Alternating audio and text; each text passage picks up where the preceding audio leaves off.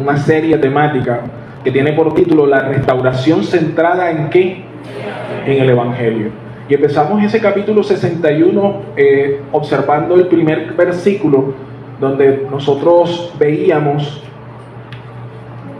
cómo el Espíritu del Señor empodera a su Mesías, a Jesucristo. Y veíamos nosotros que ese empoderamiento que Dios hace para Jesús es el mismo empoderamiento que tenemos. Era necesario que el Mesías se presentara a sí mismo diciendo: el Espíritu de Dios está sobre mí. Ese versículo 1 habla del empoderamiento del Mesías. Pero luego la parte B de ese versículo, hasta el versículo 3, lo llama el ministerio del Mesías y los efectos del Evangelio. Sin la obra necesaria de Jesucristo, no podemos hablar de la venida del Espíritu. Sin la obra del Espíritu, no podemos hablar de transformación. Y sin transformación, no hay restauración posible, hermanos. Por eso es que hemos hablado que la restauración debe necesariamente descansar en el Evangelio de Jesucristo. Sin Mesías no hay restauración. Entonces, hoy vamos a mirar cómo el Señor también, después de haber sido empoderado por el Espíritu Santo, apartado, cómo Él va a hacer esa obra de restauración en nuestra vida y de qué manera esa obra va a aplicar a nuestros hogares. Entonces quiero que vaya conmigo rápidamente al versículo 2, la parte A. El versículo 2 dice: a proclamar el año de la buena voluntad de Jehová. Usted está conmigo, ¿verdad? Ahí en la lectura. ¿A proclamar qué cosa? El año de la buena voluntad. Voy a pedirle el favor a los hermanos que están al frente de las dinámicas que podamos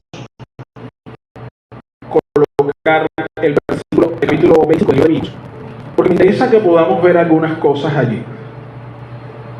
El capítulo 25 de este libro nos muestra, familia, un aspecto crucial que va de la mano con lo que el profeta Isaías está hablando aquí. Mira, el capítulo 25 dice de la siguiente manera: cuando hayan entrado en la tierra que yo os doy, la tierra que guardará reposo para Jehová, dice: 6 años sembrarás tu tierra y 6 años podarás tu viña. Verso 4. Pero el séptimo año, diga conmigo, séptimo año. Pero el séptimo año la tierra tendrá descanso, reposo para Jehová. Dice ahí: no sembrarás tu tierra ni podarás tu viña. Entonces, al séptimo año, ¿qué debía hacer el pueblo? Miren lo que dice luego el versículo 10. Adelántense conmigo al versículo 10. Dice: y santificaréis el año ¿qué? 50. Entonces, ¿cuál era el año que tenía que dejar descansar la tierra? El séptimo. Y al año 50, ¿qué deberían hacer? Santificarlo. ¿Y qué va a decir la Biblia? Dice: y pregonaréis libertad en la tierra de todos sus moradores. Ese año os será ¿de qué cosa? Jubileo. Y volveréis cada uno a vuestra posesión, y cada cual volverá a su familia. El año 50 os será jubileo. No sembraréis ni segaréis lo que naciere de suyo en la tierra. Miren lo que dice luego el versículo 12: porque es ¿qué cosa? Jubileo. Santo será vosotros, el producto de la tierra comeréis. En este año de jubileo volveréis cada uno a vuestra posesión. Impresionante. Verso 14: y cuando vendiereis algo a vuestro prójimo, o comprareis de mano de vuestro prójimo, no engañe ninguno a su hermano. Conforme al número de los años después del jubileo comprarás de tu prójimo. Conforme al número de los años de los frutos te venderá él a ti. Ojo con eso. Présteme acá atención. El versículo 2 no podemos leerlo sin la necesaria implicación de lo que el Señor está hablando aquí en Levíticos. Porque si lo leemos fuera de ese contexto, no vamos a poder capturar la profundidad de lo que la obra del Mesías iba a hacer a un pueblo que había sido arrebatado de su posesión, a quien le habían quitado su dignidad, a un pueblo que había sido obligado a vivir como extranjero en tierras de extranjeros. Un pueblo que no había podido celebrar la Pascua ni servicio por más de 70 años. Un pueblo al que nacieron hijos en la cautividad. Un pueblo que quizás por muchos años había perdido de vista la posibilidad de una restauración. Porque cuando pasa una semana de situación adversa, cuando pasan meses, y cuando empiezan a cruzarse los años, muchos de nosotros nos debilitamos y comenzamos a perder la esperanza de que las cosas puedan cambiar. Por eso, dentro del acto que iba a ser el Mesías, está introducido este aspecto relevante. Dice, el Mesías va a proclamar el año de la buena voluntad del Señor. Entonces, leo para ustedes. Cada séptimo año los israelitas debían permitir que la tierra permaneciera sin ser sembrada. Debían liberar los esclavos que eran varones y que eran hebreos. Era un año de descanso para la tierra, para los animales de trabajo y para los humanos también. Eso también lo encontramos en Éxodo y en Deuteronomio. Además, cada 50 años los israelitas tenían la oportunidad de redimir cualquier tierra que había sido vendida. Porque la idea de Jehová para Israel era que la tierra le pertenecía a Dios y ellos eran administradores de lo que Dios les había dado por heredad.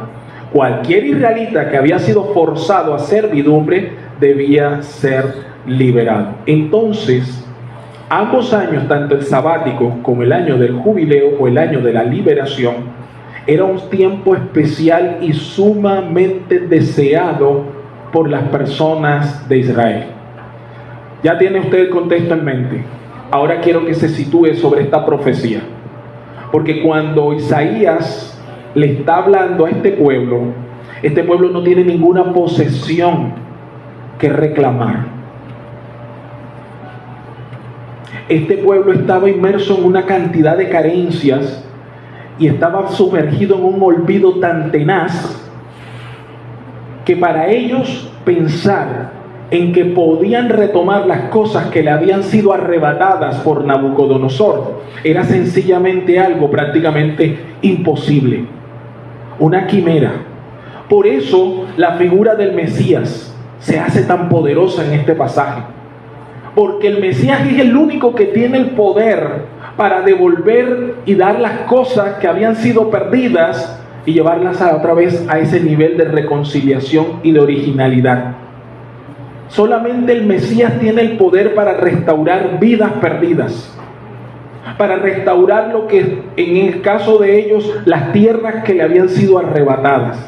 Así que cuando el Señor dice, he venido a declarar el año de la buena voluntad del Señor, lo que el Mesías estaba diciendo es que este es el año del jubileo espiritual para ese pueblo. Ahora mira lo que vamos a pensar nosotros acá. Mírame acá, no te me pierdas. Concéntrate. ¿Qué cosas has perdido tú durante toda tu vida? ¿Qué cosas tu familia ha sido arrebatada? Yo no lo sé. Pero lo que sí te puedo decir es que el Mesías, cuando llega a través del Evangelio de Jesucristo, el Señor trae paz, renuevo, buena abundancia. El Señor está trayendo libertad a cautivos. Tú estabas esclavo antes y por mucho tiempo lo estuviste. Cuando llega el Mesías, Él proclama, este es el año de tu libertad. Amén. Con la llegada del Mesías surge la esperanza de nuevo para un pueblo que estaba errante, un pueblo que incluso ya había olvidado hasta cómo lucía Jerusalén. El Salmo 133, uno encuentra un cántico, un dendecho realmente cuando ellos, los hijos de la cautividad, recordaban cómo eran las cosas en Sión, ¿se acuerdan? Dice que ellos cuando estaban allá en los ríos de aquella ciudad ajena, Babilonia, los moradores de la ciudad les pedían a ellos, que eran judíos, que les cantaran, porque sabían que ellos tenían buenos cánticos. Dicen, cántenos de las cosas que ustedes saben. Y ellos en esa posición, muchos de ellos en posición de servidumbre, les tocaba cantar, y mientras cantaban, dice la Biblia que corrían las lágrimas por sus mejillas, porque traían a memoria las cosas que en antaño tuvieron, pero que por causa del pecado y su obstinación habían perdido, y que ahora eso tan solo era rumores, era tan solo una visión nublada de lo que alguna vez pudo ser. Con la llegada del Mesías, amados, los anhelos, los sueños, los deseos comienzan a tener fundamento de realidad. Anhelar una restauración solamente en Cristo es posible. Es el año de la buena voluntad. Lo que estaba anunciando Jesús es que este era el año del favor, era el año de la propiciación del Señor, el año de los favorecidos. Este era el año cuando los escogidos por Jehová podían recibir libertad. ¿Cuántos escogidos del Señor hay en esta sala? Aquí estamos los que podemos esperar libertad en Cristo. Esta es la magnitud del ministerio del Mesías. Entonces, yo quiero que tú lo vuelvas personal. Y esto es una de las cosas que me da muchísima esperanza. ¿Por qué puedo hablar de que la restauración es posible? Puedo hablar de que la restauración es posible porque cuando llega Jesús el Mesías a través del Evangelio a un hogar, amado, se proclama en ese hogar el año de la buena voluntad de Jehová. Yo no puedo dejar de separar ese evento con la forma como Jesús, cuando mandó de 2 en 2 a los suyos a predicar la palabra, dice que cuando llegaran a una casa y lo recibieran, ¿qué era lo primero que les dijo que dijeran allí? La paz, ¿qué? La paz ha llegado. Me encanta eso porque de manera simbólica lo que Jesús les estaba diciendo a ellos que le dijeran a aquellas casas, ¿cuál era la condición para que ellos dijeran eso? Que lo recibieran. Porque había otra cosa que les dijo Jesús. Y si no lo reciben, ¿qué les dicen? Problema tuyo. ¿Te quieres quedar esclavo? Allá tú. Pero cuando el Evangelio de Jesucristo llega a un hogar, es una anunciación desde lo alto. El Padre Celestial anuncia presentando a su Hijo diciendo, la paz ha llegado a este hogar.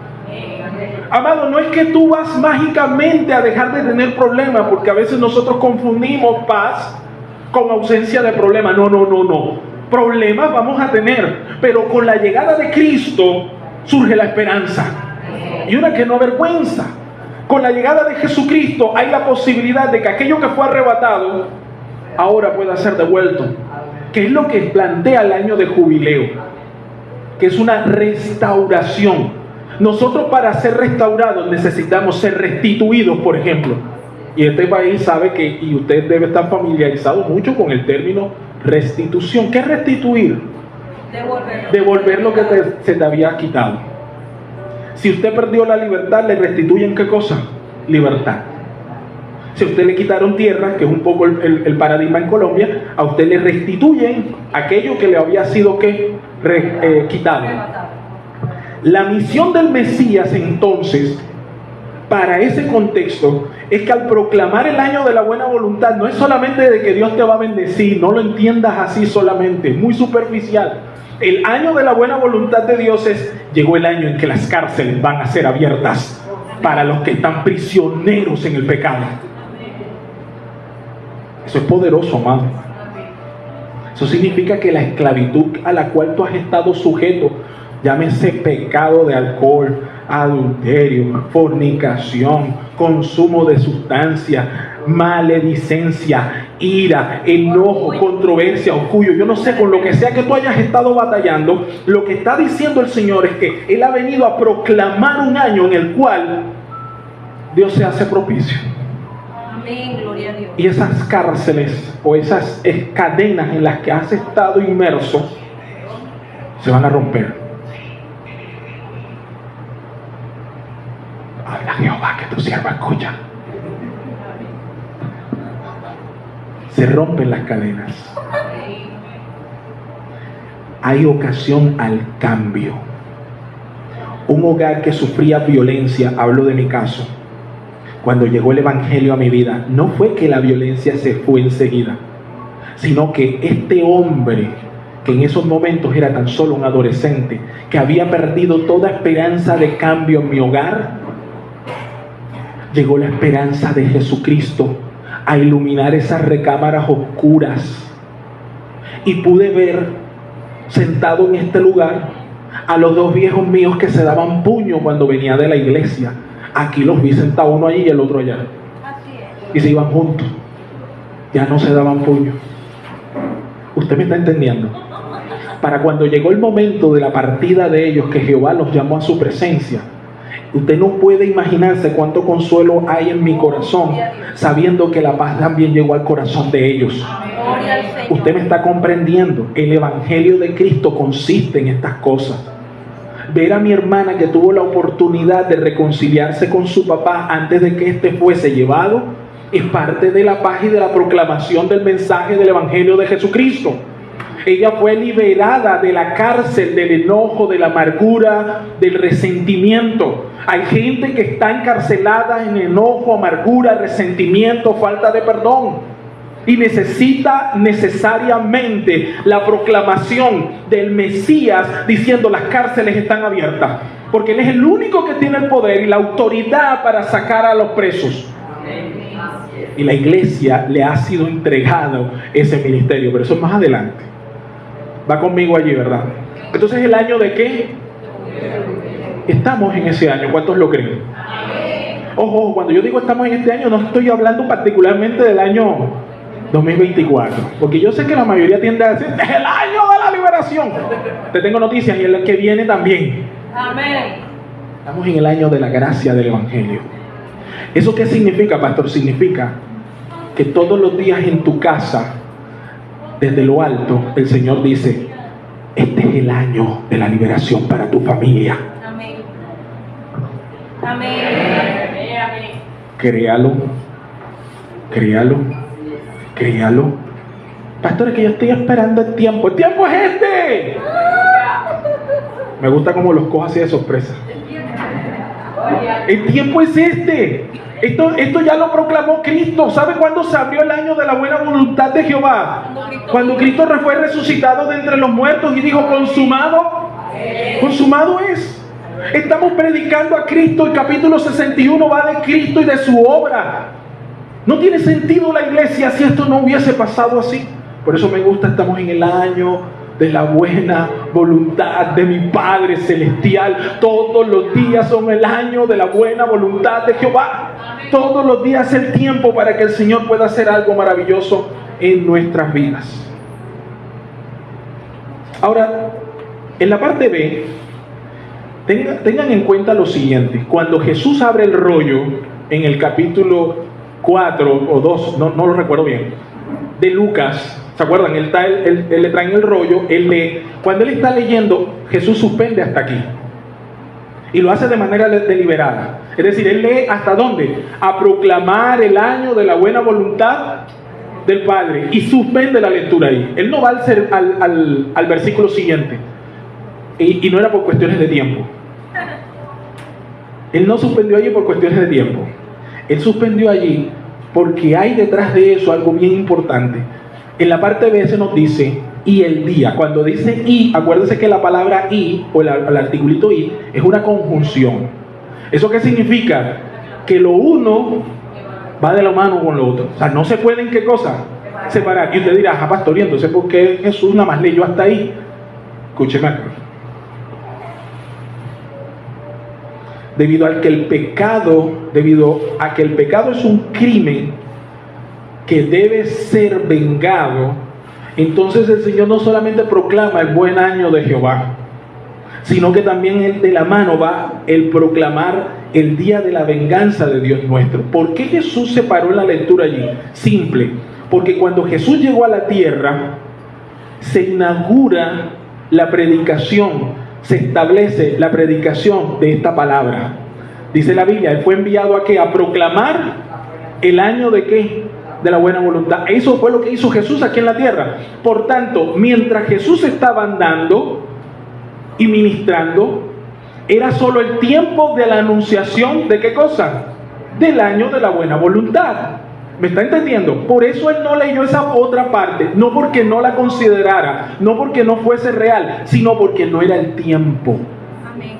Porque ahora el tiempo es para proclamar el año de la buena voluntad de Dios. Sin embargo, una vez ido Jesús y dejado su paráclito sobre nosotros, empieza la cuenta regresiva para esta palabra.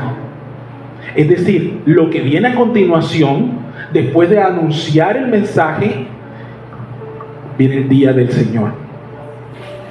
Mateo 24 lo dice, donde Jesús dice: en aquel tiempo, en aquel día, este es el día venidero, el día de la venganza de Jehová. Escuchen.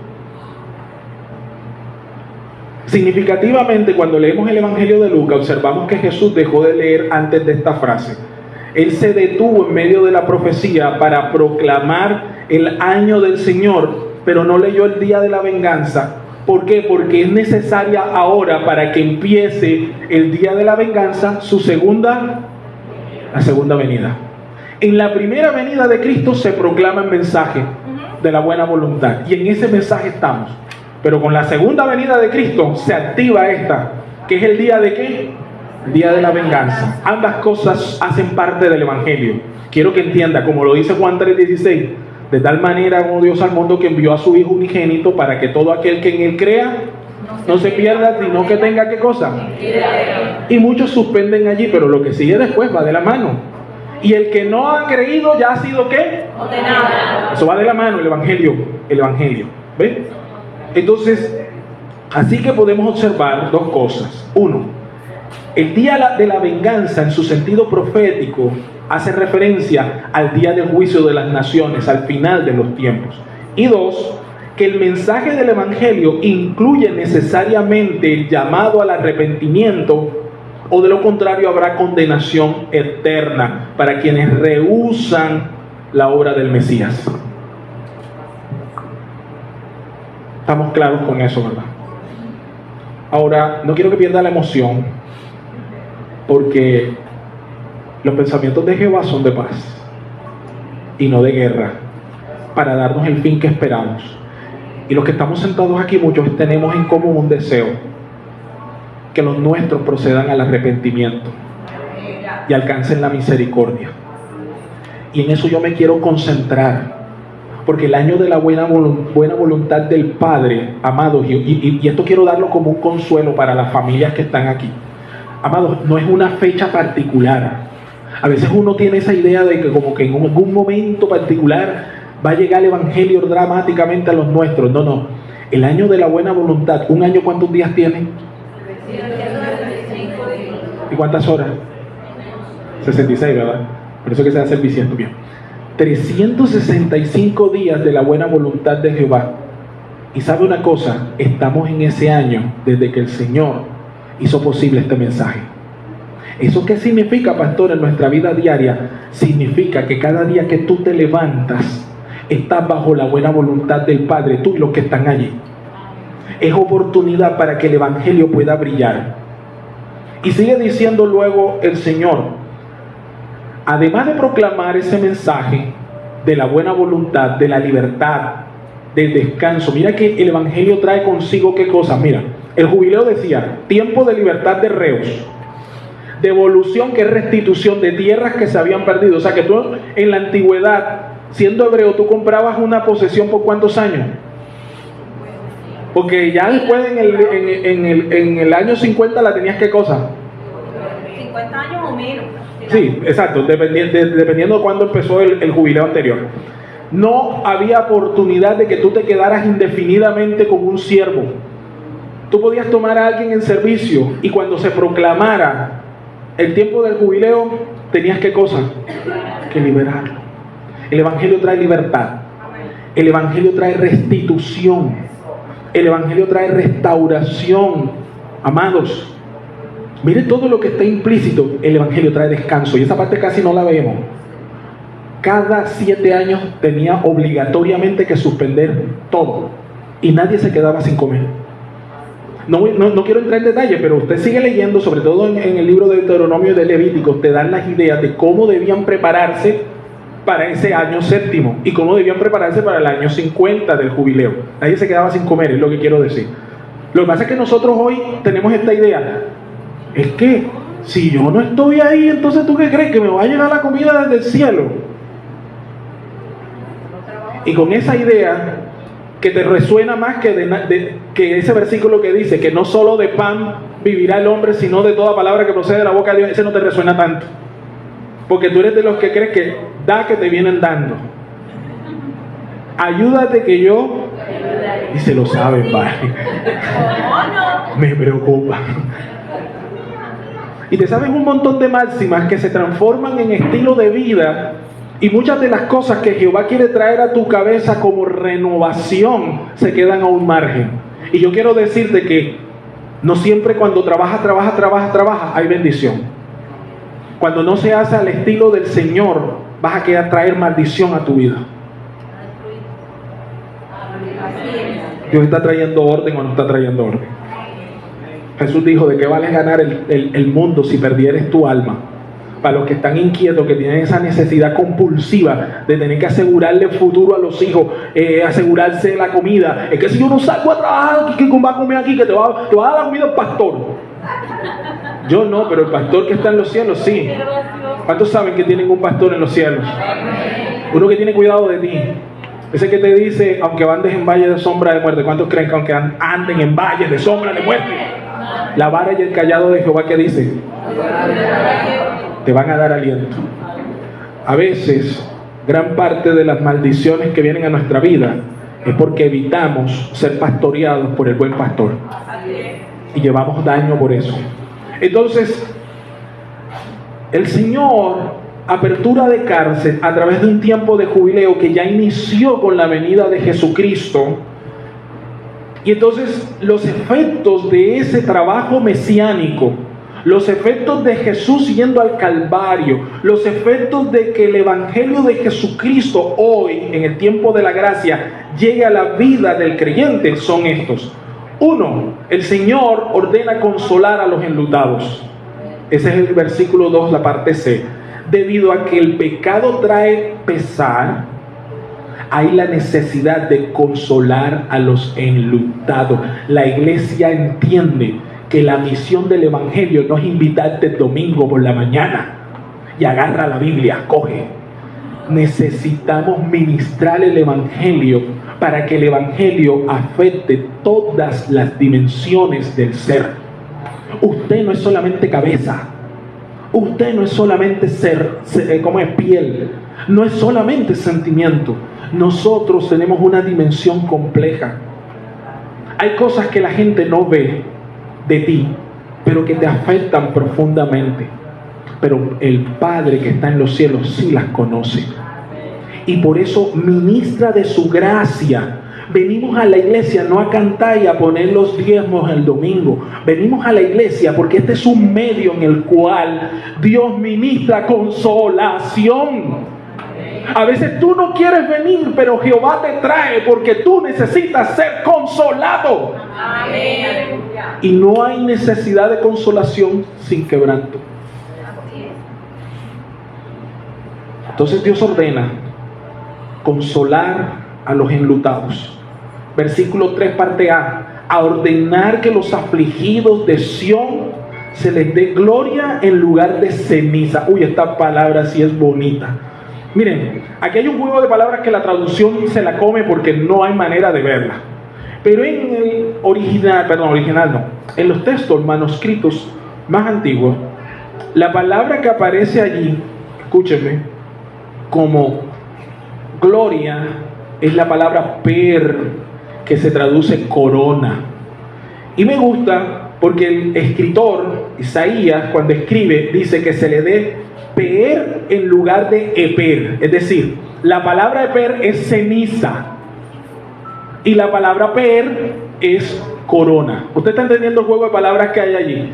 En otras palabras, amados, el Señor está diciendo que ordena que las personas que están afligidas les den una corona que en la Reina Valera traducen como gloria, es la palabra que aparece allí, ¿verdad?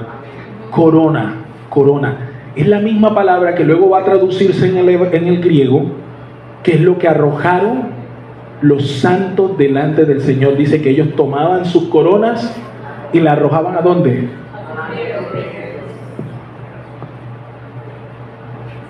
La belleza poética que hay aquí no se puede ver porque nuestra traducción nos lo impide. Sin embargo, lo que el Señor plantea es que Él va a traer corona en lugar del luto, en lugar del dolor. ¿Por qué? Porque como usted sabe, en la cultura judía, cuando ellos estaban en luto, cuando estaban quebrantados, lo expresaban vistiendo ropas ásperas, duras, burdas, y luego algunos rapaban su cabeza y además tomaban ceniza. Ojo, que esto era una cosa real, así era la cultura de ellos, y se la echaban ¿dónde? En la cabeza. Entonces usted por eso muchas veces va a encontrar en el Antiguo Testamento, por ejemplo, Job, cuando entró en esa terrible circunstancia, dice que rapó su cabeza, rapó sus barbas, se puso ropas ásperas y dice que se echó ceniza ¿dónde? En la cabeza. ¿En señal de qué? De duelo. Esta era la práctica cultural. Por eso me gusta que en contraste, cuando los judíos estaban celebrando, cuando ellos se sentían felices, por ejemplo, después de que salieron de Egipto y cruzaron el mar, dice la Biblia que María tomó un pandero, usted lo ha leído, y ella comenzó a cantar, sacó el famoso cántico de María, donde comienza a decir que el Señor echó a la mar los carros de quién. Pero a veces, ¿cuál es usted el detalle? Dice, y con ellas doncellas iban, y los hombres se adornaban con coronas de hojas, de pojas. Esa manera era la forma en la que los judíos celebraban y ponían coronitas en su cabeza en señal de felicidad. Por ejemplo, cuando David trae el arca, se nos describe que muchos de ellos se colocaban coronas de laureles y de ramitas que encontraban allí. Ahora, dicho eso, tiene sentido lo que Jesús está prometiendo, porque Jesús está prometiendo en su obra del Evangelio, es que aunque tú estés en luto, escucha lo que te digo, no necesitamos estar en cenizas para andar en lutos. Muchos de nosotros estamos en lutos emocionales, con ceniza emocional puesta en la cabeza. Y lo que Dios dice es que el Evangelio de Cristo trae un tipo de esperanza tal que te cambia el luto por corona. Por corona. Y esa corona es corona de gloria. Corona que luego cuando tú la tienes, el día que veas a Cristo, va a ser tan extraordinario ese momento. Yo no sé, a mí se me pone chinita la piel. Que cuando veas a Cristo, dice la Biblia, que entonces sus ángeles, cuando vieron al Cordero aparecer, todos tomaron sus coronas y las arrojaron ¿dónde? En señal de adoración. Lo que sea que hoy Dios te está dando, tú mañana se lo vas a dar, rendir a Él. Ese es parte del Evangelio. Qué bello, ¿verdad? Qué bello es nuestro Señor. El alcance de la corona, de la restauración, está bellamente descrito con esta frase. En corona en lugar de ceniza o de lamento. Jesús le da corona a su pueblo. En lugar del luto, Jesucristo le da a un pueblo óleo de gozo. En lugar de espíritu angustiado, Él le da a su pueblo manto de alegría. A algunos nos convendría amarrarnos ese manto de vez en cuando, para ver si se nos quita lo amargado. Manto de alegría. Y todo esto lo hace ¿quién? Que es el epicentro de este texto. Por eso hablamos e insistimos que no hay restauración posible sin la necesaria intervención de Jesucristo a través del Evangelio. Usted quiere que una casa sea transformada, amado, eso no va a poder ser sin la persona de Jesucristo. Necesita el Evangelio. Un hogar necesita el Evangelio. Escúcheme. Esta es la obra de transformación que el Evangelio de Cristo trae sobre la vida de un pecador. Cuando el Evangelio de Cristo llega a un hogar, Él trae corona de gloria, esperanza de vida, cambia el desasosiego del luto y las ropas apagadas de resignación por vestimentas de manto de esperanza de vida. Cristo es quien tiene salvación y libertad. Por eso podemos decir que el cambio de nuestra tristeza va a ser danza. La alabanza es un gesto en últimas de agradecimiento a Dios. Por cuanto Dios me liberó, yo entonces ¿qué hago? Le alabo, danzo delante del Señor. Por eso va a decir los salmistas, Él cambió mi tristeza en danza. Tus hijos no entienden qué le está pasando a papá, qué le está pasando a mami. Mire, cuando un evangélico se hace evangélico serio, no de domingo, sino evangélico serio, los hijos lo quedan viendo a uno y dicen, ¿qué le está pasando a papi? Porque él no era así. Y cuando un hijo puede dar cuenta de que hay un cambio radical en tu vida, quiero decirte que es que el Señor está haciendo algo en tu vida. Porque cambiar para el resto de la gente es fácil. Uno viene aquí con cara de santo alumbrado con traquitraqui. Antes te vestías así todo sloppy, ahora te recoges un poco y puedes aparentar ser nuevo. Pero la transformación de la que estamos hablando es una transformación tan profunda que los niños que son bien transparentes la notan. Miren, nuestros hijos saben cuando estamos tristes. Así tengamos la chapa abierta de oreja a oreja. ¿Le ha pasado? Ellos vienen y te dicen, ¿qué te está pasando? ¿Qué te ocurre, papi? ¿Qué te ocurre, mami? Por eso, tus hijos no van a ver y van a preguntarse, ¿qué le está pasando a papi? ¿Qué le está pasando a mami? ¿Qué pasó con mi hermana? ¿Qué pasó con mi hermano? No sé qué le pasó, pero yo te veo diferente. Hay algo que tus hijos notan, que tu cónyuge nota. Oye, y cuando un cónyuge ve a la esposa o al esposo cambiado, tienen dos sensaciones casi que de manera natural. La primera es que te están haciendo allá en la iglesia, que tú no eras así. Y la segunda es pánico. No porque sea malo, sino porque sabe que al igual de que como son una sola carne, si él o ella cambian, yo estoy en problema. ¿Sí se dan cuenta por qué empieza a haber la fricción, verdad? Pero el cambio es inevitable, familia, porque Cristo transforma. Y serán llamados árboles de justicia, plantío de Jehová.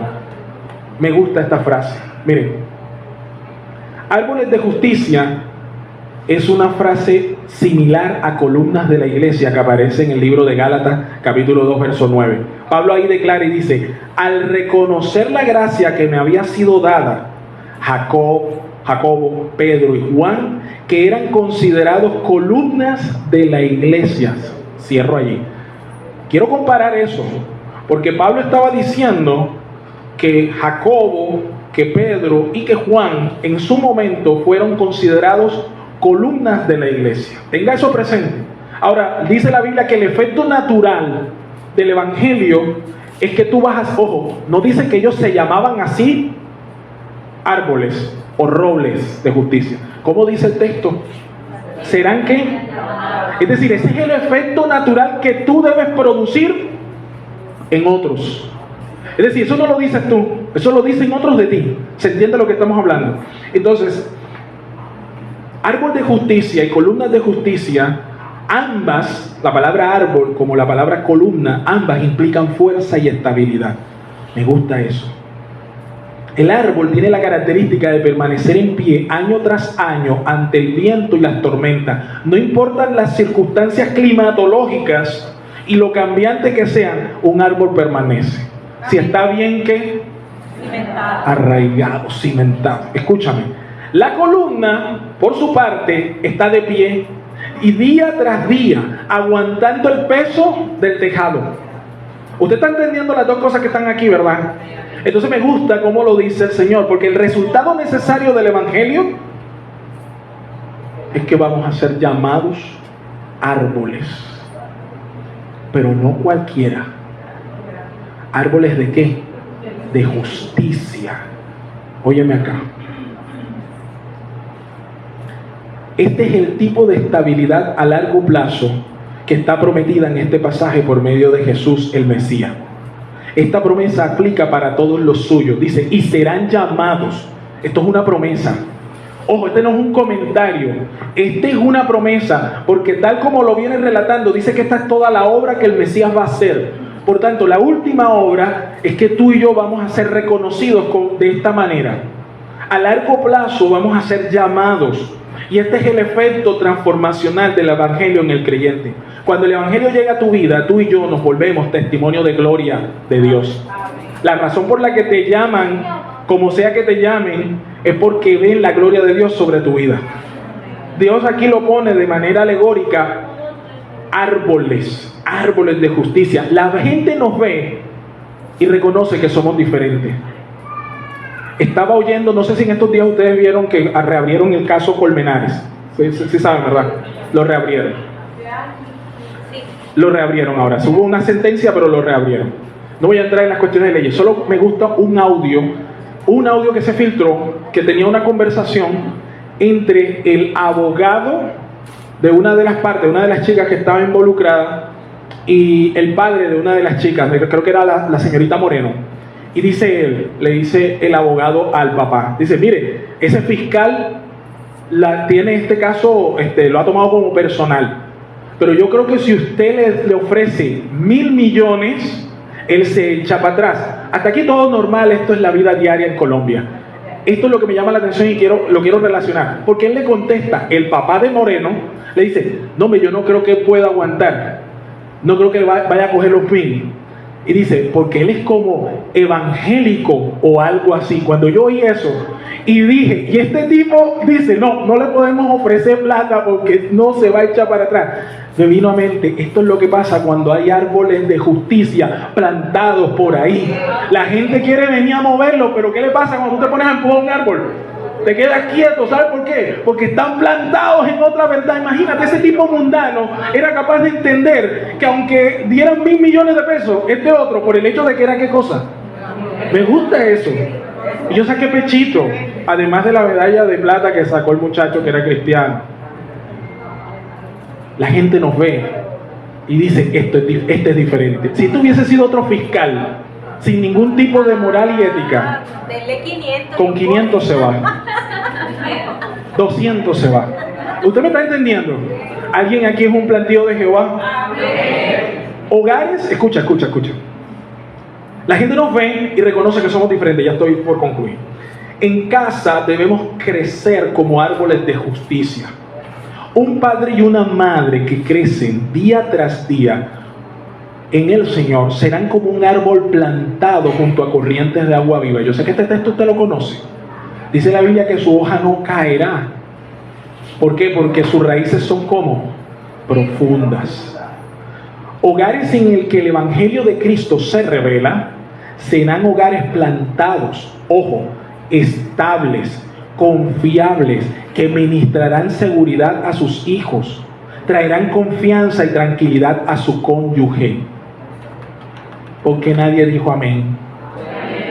Este es a donde tú tienes que aspirar. ¿Alguien me está oyendo? A eso tenemos que cosa. A eso tenemos que aspirar. Tú tienes que convertirte eventualmente en un roble de justicia. Cada vez que digo esto me acuerdo del campamento. Esta es una referencia interna aquí para los que sobreviven. Roble de justicia, olmo de justicia en las versiones más antiguas. Tú tienes que convertirte en un árbol de justicia, no un palo seco al que no te mueve nadie. Vamos a orar, dice tu esposa, y tú estás ahí. Vamos a orar, vamos para la iglesia y tú eres un palitrón que te toca, te vuelves un lastre. No, tú eres un árbol que estás plantado, estás vivo, ¿no? Creamos hogares, me gusta. Árboles de justicia plantados en hogares traen hogares estables. Yo no estoy diciendo que no va a venir problema. No confunda. No hablo de que no va a venir problema. Al contrario, cuando vengan los problemas, dice la Biblia, su hoja no caerá. Hay esperanza en Cristo, amén. Lo maravilloso es que cuando la gente te mira a ti, me mira a mí, lo que ven es y dicen, plantío de Jehová. Lo que dijo ese señor, apellido Moreno, dijo, él es como evangélico, como quien dice, por ahí no te metas. Mira la fama, mira la fama que te haces por el solo hecho de que Cristo esté allí, con que tú llevas, mira, ese señor llevaba aquí el estandarte, ¿ves? Que decía Jehová de los ejércitos, y el otro malicioso dice, no, por ahí no nos podemos meter. Busquemos otro porque eso está plantado profundo ahí. Bueno, tremendo, ¿verdad? Para nuestra próxima entrega vamos a ver el versículo 4 en adelante y vamos a ver la misión del pueblo. Entonces, para concluir y resumo, ¿qué hemos dicho hasta aquí? Cristo nos ha empoderado, hemos sido apartados, es decir, ungidos. Hemos visto la obra del Mesías manifiesta y notoria a través del Evangelio. Y ahora estamos viendo los efectos de ese Evangelio en nuestras casas. El efecto de lo que debía ser en el pueblo y lo que tiene que ser en nosotros. Entonces Dios nos termina diciendo, ustedes son mi plantío. ¿Cuántos sienten que son plantío de Jehová? Me gusta, ¿verdad? Entonces para la próxima entrega, los versículos siguientes, vamos a ver la misión del pueblo. Porque eso no se queda solamente en la obra que hizo el Mesías por nosotros. Ahora viene nuestra parte. ¿Qué es lo que Dios está llamándonos a nosotros a hacer? Y yo quiero que no te la pierdas porque va a ser algo bien interesante. Dice, reedificarán las ruinas antiguas. Vamos a entrar a ese terreno y cómo eso se va a manifestar en nuestra vida diaria. Por lo pronto en la mañana de hoy le damos gracias a Dios por la palabra que Él nos ha traído. Hoy hemos visto el versículo ¿qué? 3, llegamos hasta el versículo 3. Aquí no podemos quedar un mes hablando de... Pero vamos avanzando, ¿verdad? Vamos siendo edificados. Pónganse de pie, vamos a orar. Padre que estás en los cielos, Señor, te damos gracias en esta mañana. Y gracias por el tema que tú nos estás dando, Señor.